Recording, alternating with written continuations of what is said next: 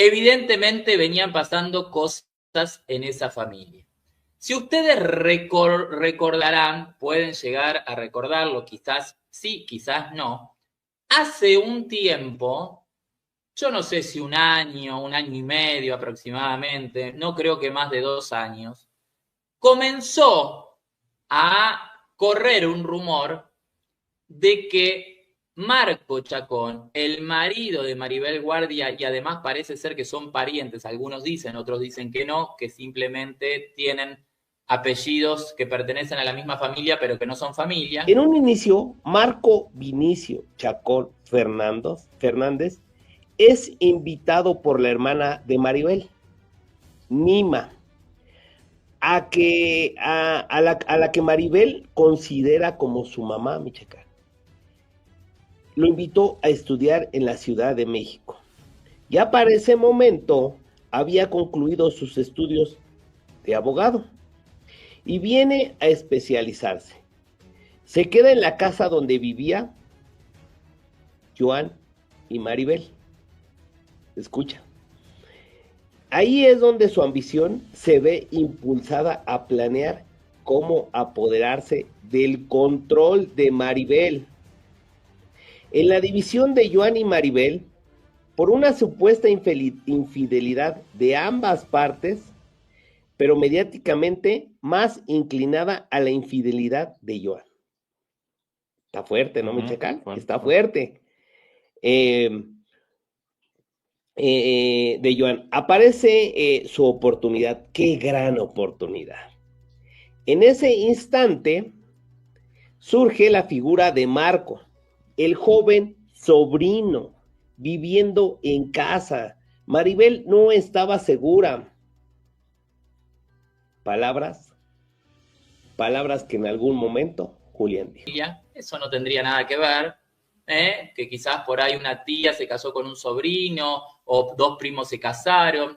Ellos en su momento creo que lo negaron, el tema de que tengan algún parentesco. Lo que sabemos es que son marido y mujer y eso es lo importante. ¿Qué es lo que sucede? Resulta que en aquel momento señalan a Marco Chacón como que le estaba siendo infiel a Maribel Guardia.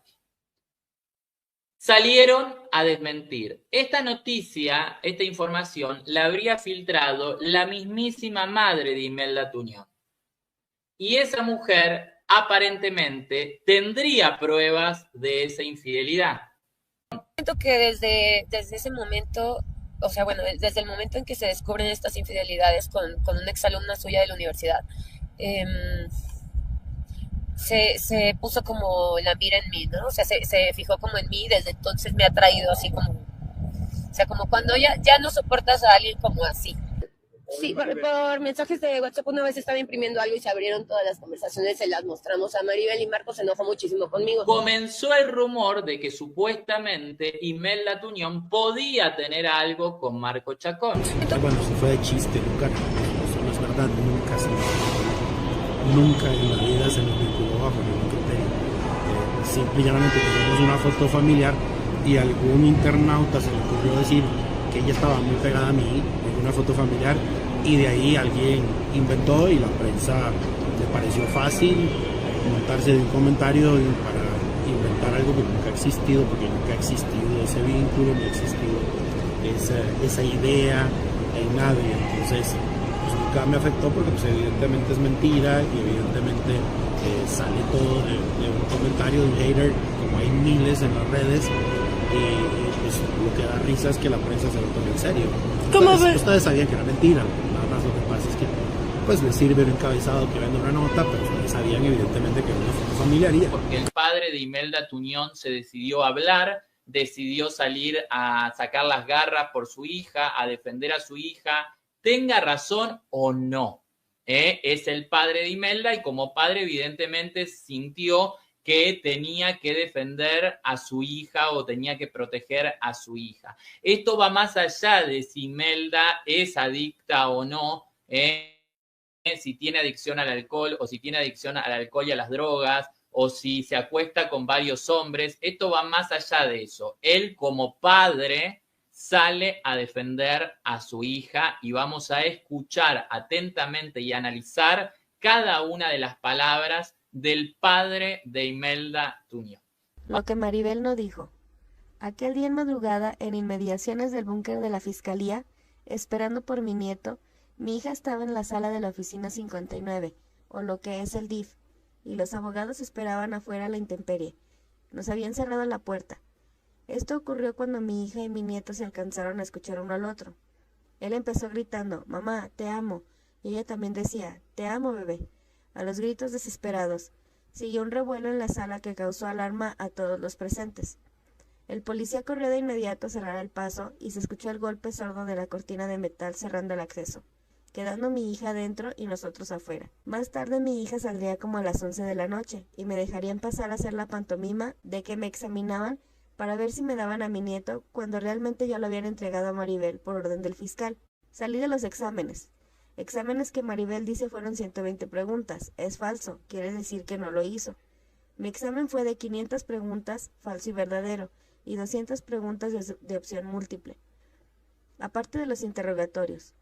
Casi a las 5:40 de la madrugada, estábamos a -2 grados, mi hija estaba en el piso recargada sobre la cortina, muerta de frío, los labios amoratados y las uñas azules, temblando incontrolablemente, cubierta por un manto que los de la prensa le habían obsequiado, y me decía, «¿Qué pasó? ¿Dónde está?». Le dije que ya se lo había llevado Maribel. Ella me escuchaba como si no hubiera dicho nada, al menos lo que ella quería escuchar. Le dije, «Vámonos a descansar, ya más tarde volvemos a pedir verlo». Pero ella no quería abandonar el lugar, no quería alejarse del sitio donde lo vio por última vez. Solo decía, «¿Mi hijo dónde está?».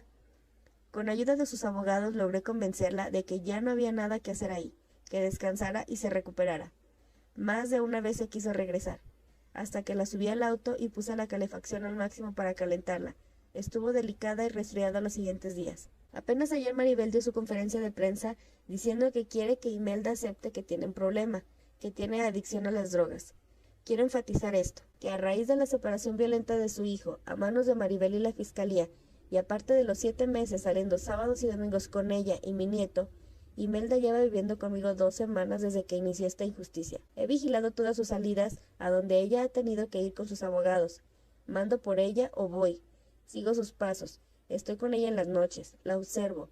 Veo su lógica, su angustia y desesperación.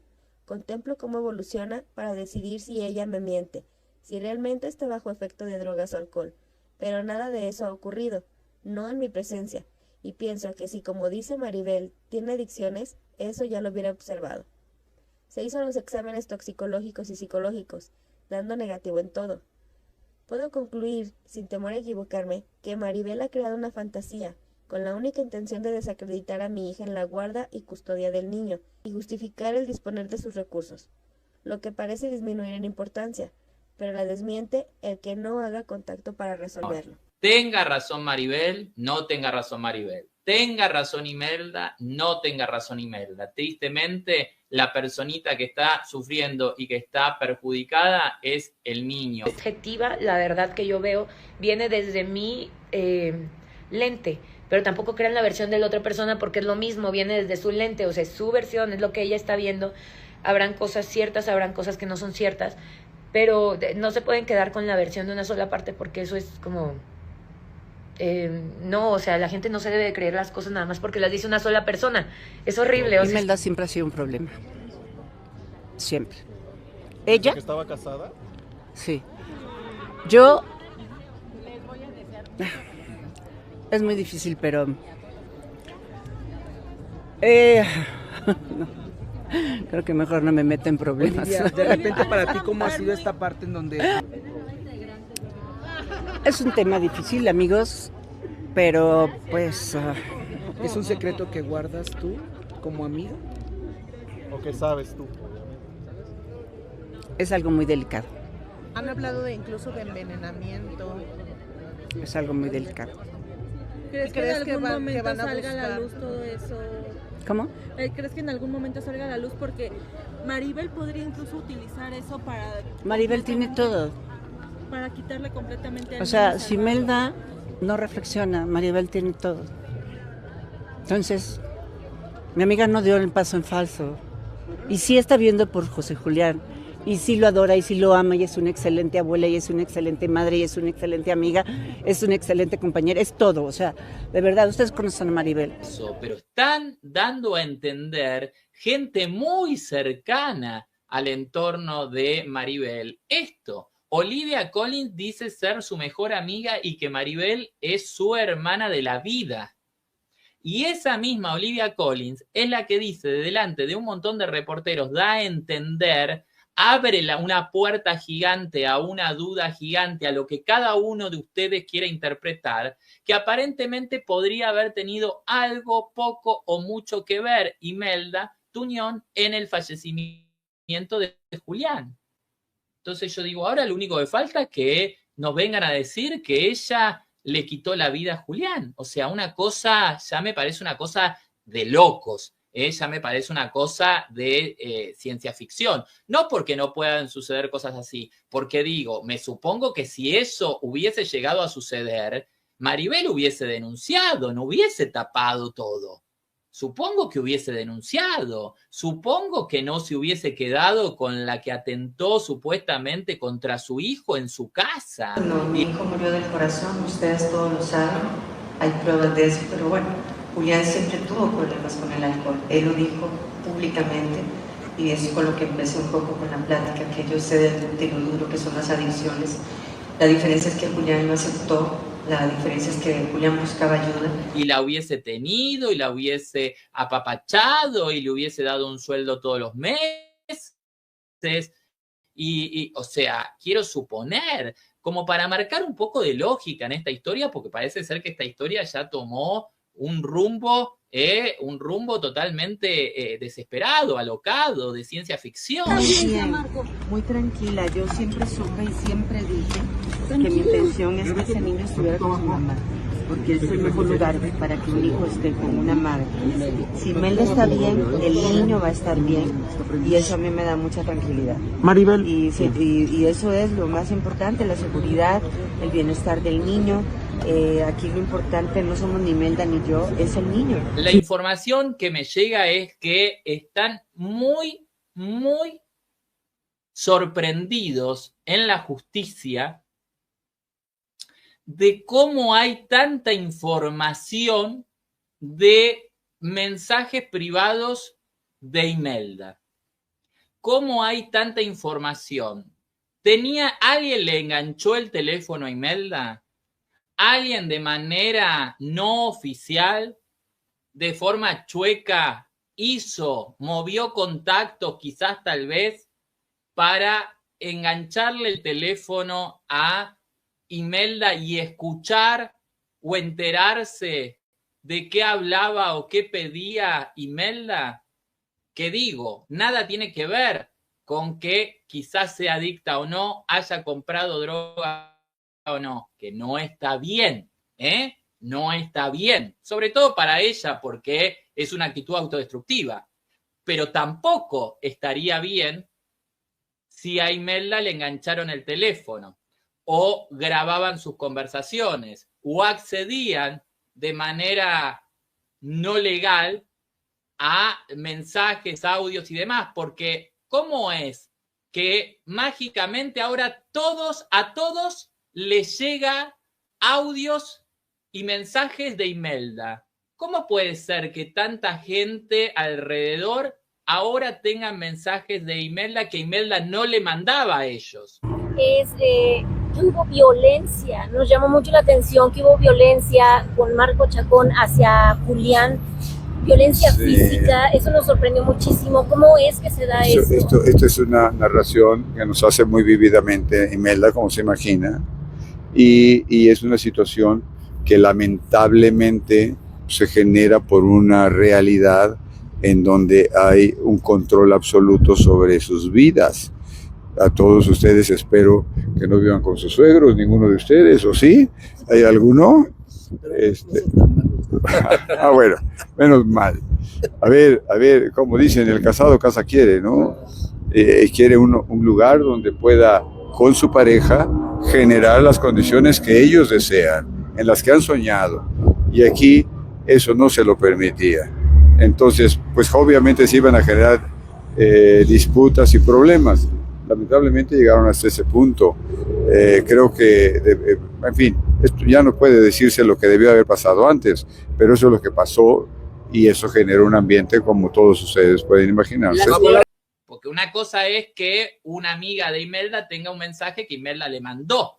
Pero ¿cómo puede ser que a esa amiga, ex amiga, ahora le llegan un montón de mensajes? ¿Cómo puede ser que a algunos periodistas les llegan un montón de mensajes en contra de Imelda o de Imelda? ¿Quién se los hace llegar? ¿Quién les envía esos mensajes para que los hagan correr, para que los hagan circular? Es la gran pregunta. ¿Por qué? Porque cuando a nosotros nos llegan mensajes y cosas de información, siempre exponemos una y otra, pero si ustedes observan, hay determinados programas que es solamente todo lo mala que es Imelda, todo lo drogadicta que es Imelda, todo lo supuestamente delincuenta que es Imelda. Todo... Ya me han dicho que me van a desaparecer, que me van a matar, que me van a mandar matar, o sea, muchas amenazas que ya caen en cosas muy, muy intensas, y obviamente cuando estoy con los nervios así, sí me llegan a pegar. Ayer en la noche batallé para dormir por eso, porque me estaban mandando muchos mensajes en donde decían que me iban a desaparecer. Pero bueno, al final logré calmarme, que es lo importante, o sea, como aprender a calmarse en momentos de crisis, y ya pude conciliar el sueño. Sí, Maribel, que es una persona a la que yo siempre le tuve mucho cariño, me puso como un condicionamiento que no me parece apropiado para una persona que no es mi madre, y sobre todo porque el medio para este condicionamiento fue mi hijo. O sea, se me hizo súper inapropiado, una cosa muy cruel. Es un condicionamiento. Yo ya presenté mis pruebas en la carpeta legal, en donde se puede desmentir esta parte. Entonces, no sé por qué necesito ser condicionada para poder ver a mi hijo. O sea, no sé por qué, si es un derecho de mi hijo verme, lo están impidiendo con un condicionamiento de por medio. O sea, eso me parece una cosa muy cruel, que se pudo haber arreglado de otra manera, pero no se acercaron a mí a arreglarlo de otra manera, no se acercaron a mis familiares. Si esto hubiera sido cierto, lo hubieran hecho. O sea, tienen el teléfono de mi abuelita, tienen el teléfono de mi mamá, tienen el teléfono de mi papá, tienen el teléfono de mucha gente que es cercana a mí, que pudieran haber intervenido y hubieran, pues al final del día, Maribel es la abuela paterna del niño. Si ella expresa algo así, obviamente mi papá se pone en alarma y a ver qué está pasando, vamos a arreglarlo. Pero no hicieron eso, simplemente me retiran al niño sin pruebas y me ponen un condicionamiento, o sea, y de por medio, mi hijo. Eso no me parece que haya sido manejado de la manera correcta. Son como muchas etapas que se viven pues con un bebé, y lo vas viendo crecer y todo, y de repente que te separen así de esta manera tan brusca, pues sí, como que sí se lleva un pedazo de tu alma. Y ahorita estoy tratando como de juntar todas estas piezas que rompieron en esta situación en donde me arrebatan a mi hijo de esta manera tan intensa, y pues tratando de agarrar fuerza, ¿no? Para seguir adelante, para que regrese a mí lo más pronto posible. Como te decía, soy una persona que pocas veces comunica lo que piensa y lo que siente, y yo me tomo como, o sea, lo que está público, y lo que es del dominio público, yo lo puedo explicar, yo me puedo defender de ataques, puedo hacer muchas cosas, pero que nazca de mí, oye, ¿sabes qué? Voy a contar mi historia, no. O sea, tal vez en algún punto de mi vida me entre como esa locura de, ¿sabes qué? Voy a escribirlo, pero no lo publicaría. O sea, no lo haría del conocimiento público, porque no quiero exponer cosas privadas. O sea, si yo me pongo a escribir mi vida, pondría todo lo que me ha pasado, bueno y malo, lo que he hecho bueno y malo. Yo nunca involucraría a otras personas, me las llevaría entre las patas, como se dice popularmente. Y no, yo creo que me lo guardaría para mí. La verdad, no haría un libro. Una cosa, ya es una cosa tremenda. Es como que hay una cuestión de querer destruirla como persona, como mujer, como madre, y aparentemente lo único que tiene es una adicción o varias adicciones, y eso se llama enfermedad. Y a la gente que está enferma y esa enfermedad puede tener cura, tiene cura, hay que ayudarla. Porque una cosa es estar enfermo y otra cosa es ser un delincuente. Una cosa es estar enfermo y otra cosa es ser un tracalero. Y aún, tracalero y todo, mal ejemplo eventualmente para su hijo. Adicción, mal ejemplo para su hijo, seguramente, sin duda. Pero digo, ¿solamente Imelda es la que hizo o pudo haber hecho las cosas mal?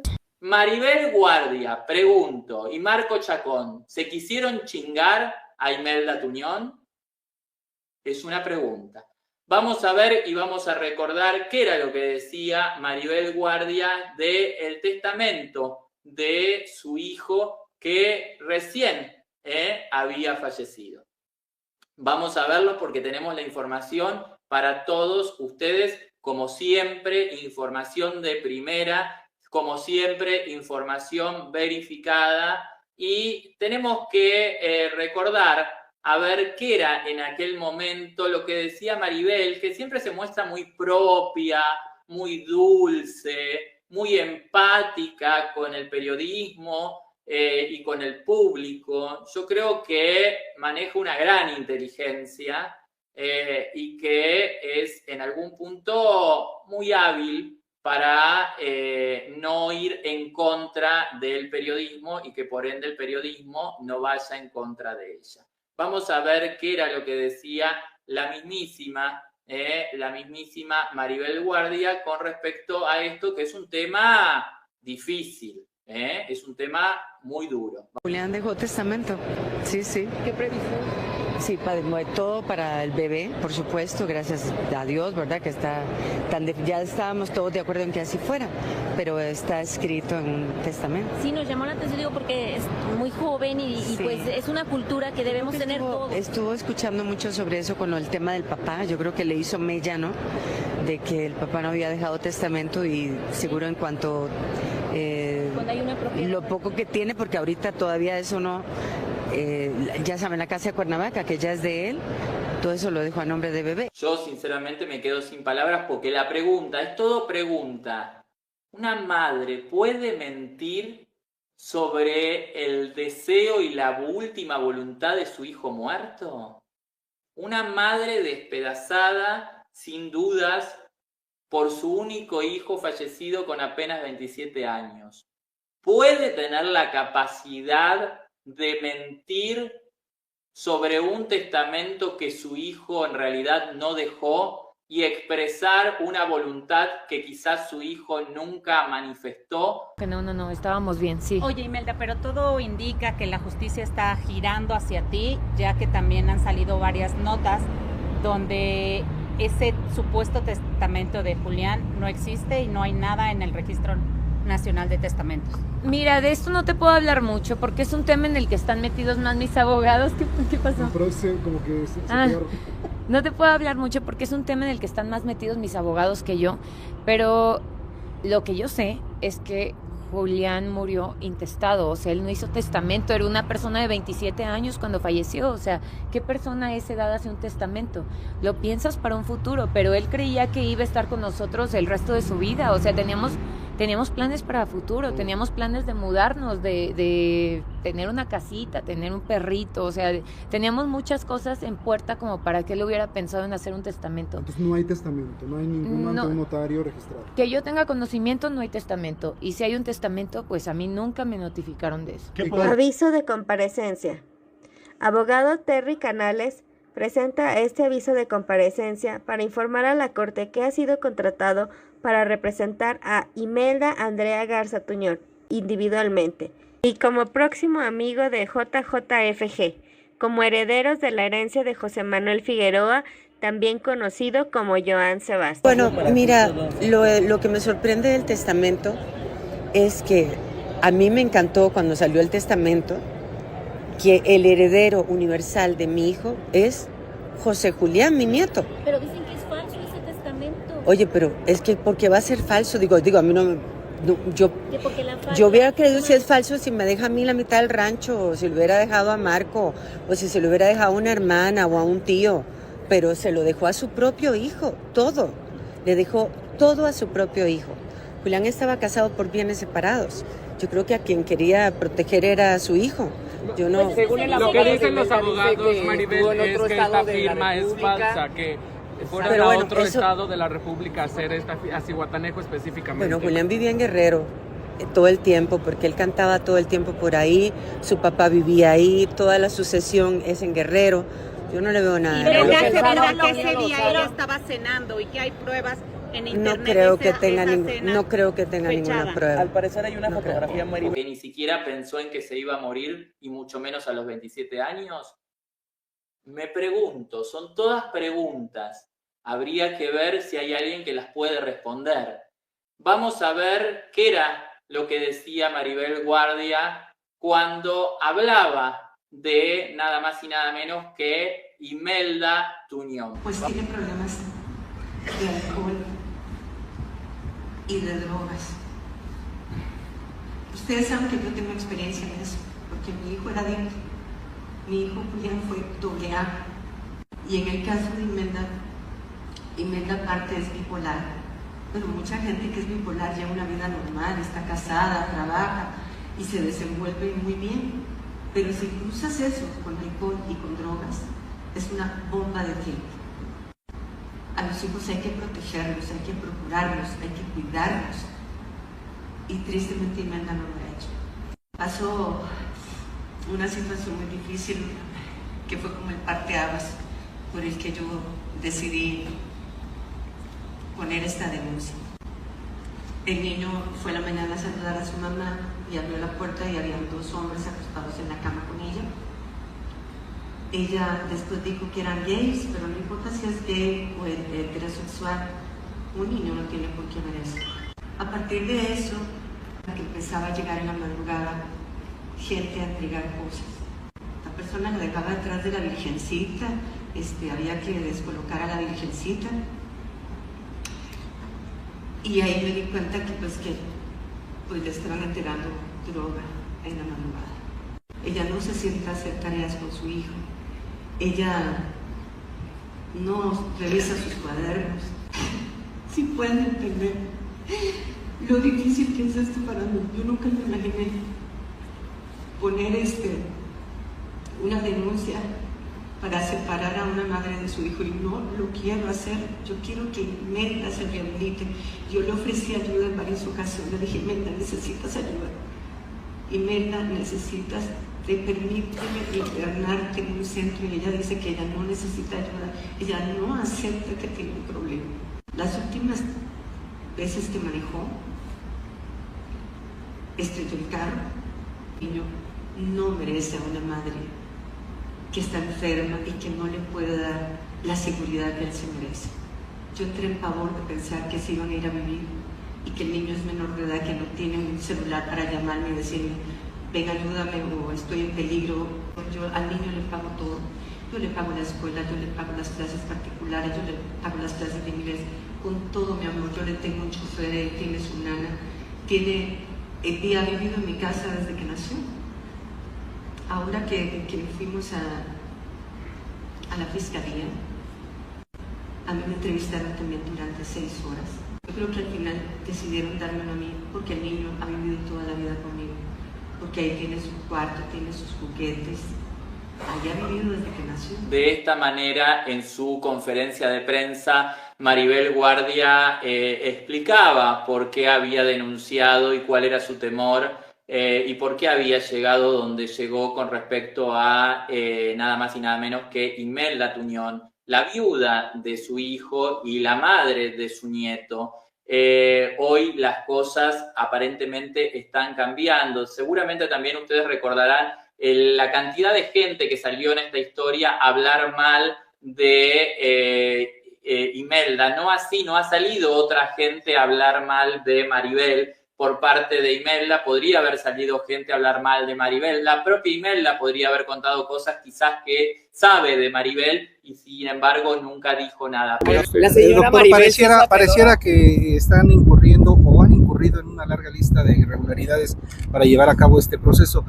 ¿Cuáles han encontrado desde que tomaron ustedes posesión, desde que defienden a Imelda? Bueno, como bien dices, hay muchas irregularidades. La primera que encontramos y que el doctor señaló con toda puntualidad, el doctor tiene una vastísima experiencia, es un doctor en Derecho Penal, y tiene una vastísima experiencia en Derecho Penal, fue en el Ministerio Público muchísimos años. Pues encontramos que la definición del Ministerio Público el primer día, el 20 de noviembre, el lunes 20 de noviembre, no tiene ningún sustento. Por eso nos estamos presentando una queja en contra de él. Ese señor no puede estar así, no puede llegar una persona, quien sea, el Papa, y decir, fulano de tal es un adicto, y quítale a los hijos, y que el Ministerio Público diga, lo dijo el Papa, voy por los hijos. No puede ser así, y así ocurrió en este caso, por eso hay una queja. Uno de los puntos a remarcar es la falsificación de un supuesto testamento, ¿no?, en Zihuatanejo. Sí, imagínense ustedes, cualquiera de ustedes que viven aquí, me imagino, no sé si alguno sea de Zihuatanejo, pero que se le ocurriera decir, quiero dictar mi testamento, ¿dónde lo haré? En Zihuatanejo, ¿por qué no en Zihuatanejo? A lo mejor puedo ver hasta el mar. Vaya, es absurdo. Pero además la firma es ridícula, es un garabato, no tiene nada que ver. Y ese día el señor estaba en México. Es un testamento de acuerdo falso. a lo que nosotros vimos en el programa, interpretamos que podrían ir a la cárcel quien se le haya ocurrido la idea de ese testamento falso. Sí, podría ir. Es una Nosotros nunca acusamos a nadie personalmente en una denuncia. Presentamos denuncia de hechos. Es decir, a ver, aquí está un testamento que se firmó a la 1 de la tarde en Zihuatanejo el día 2 de marzo del 2018. ¿Dónde estaba el señor Julián, que dice que vive a la Ciudad de México con su esposa? Hay fotos en las redes y tal. El día anterior estaba en su casa, el día siguiente fue a Ayutla a cantar. ¿A qué hora se fue? A las 5 de la tarde. ¿Por qué? Porque cantaba a las 12 de la noche. Cantó y se regresó y llegó a su casa en la madrugada. ¿Cuándo fue a Zihuatanejo? No fue a Zihuatanejo. Pero además hay informes de lo que le dije en el programa, que se llama el Registro Nacional de Testamentos, el RENATE, que todo notario tiene obligación de informar a los 5 días de recibir una disposición testamentaria. Y hay 2 informes que dicen no hay testamento. Y acuérdense que ella insistía, está enferma, hay que encerrarla, yo le pago el tratamiento, pero se tiene que curar. O sea, ella mostraba una gran preocupación por la salud de Imelda y contaba y decía que estaba dispuesta a hacer todo para ayudarla. Las cosas parece ser que aparentemente no eran tan así como decía Maribel. ¿Estamos todos bien? Tranquilos, todos bien. ¿Cómo estás, Maribel? Pues yo, la verdad, no muy bien. He estado con muchas amenazas y temo por mi vida, temo por mi seguridad. De hecho, tenía miedo ahora que venía en el aeropuerto que me metieran algo en el equipaje. Tengo miedo que se metan a mi casa. Ya no tengo seguridad en mi casa. Todo el mundo sabe dónde vivo. Se metieron a la fuerza, rompieron la puerta. Entonces ya la verdad tengo hasta miedo de estar en mi casa. Tengo miedo que me metan sustancias a mi casa, que entren de la última manera en que lo hicieron, porque ni siquiera se identificaron y se metieron. Tengo miedo, no sé, ya tengo miedo de todo. Pero sí, si algo me pasa, responsabilizo a gente cercana a la mamá de mi nieto. ¿Miedo al grado de quererte ir ya del país? Pues no, miedo a que me hagan algo. Pues digo, yo con México es mi país también. Yo soy mexicana también, así que tengo toda mi vida aquí. Hablaba de un testamento que llamaba mucho la atención, que a mí también me llamaba mucho la atención y yo se los dije a ustedes. Dije, qué raro que una persona a los 27 años que no tenía un problema como una enfermedad terminal decida hacer un testamento y supuestamente el versito era porque él se había quedado traumado porque el padre había muerto intestado y que eso les había ocasionado un problema a todos los hermanos. Y yo dije, bueno, supongamos que fue así, pero qué casualidad que justo hizo el testamento a los 27 años y murió. Porque uno puede hacer un testamento a los 27, a los 30, a los 35 y morir a los 90. Julián dejó testamento, sí. ¿Qué previsión? Sí, todo para el bebé, por supuesto, gracias a Dios, ¿verdad? Que está ya estábamos todos de acuerdo en que así fuera, pero está escrito en un testamento. Sí, nos llamó la atención, digo, porque es muy joven y Sí. pues es una cultura que debemos tener todos. Estuvo escuchando mucho sobre eso con el tema del papá, yo creo que le hizo mella, ¿no? De que el papá no había dejado testamento y seguro en cuanto Cuando hay una propiedad. lo poco que tiene, porque ahorita todavía eso no, ya saben, la casa de Cuernavaca, que ya es de él, todo eso lo dejó a nombre de bebé. Claramente, y con esa voz dulce y siempre así tan propia y tan linda, Maribel hablaba con respecto a algo tan difícil como es tener que hablar del testamento de su hijo fallecido. O sea, yo nunca en mi vida he falsificado un documento de ninguna naturaleza, ni ese ni ningún otro.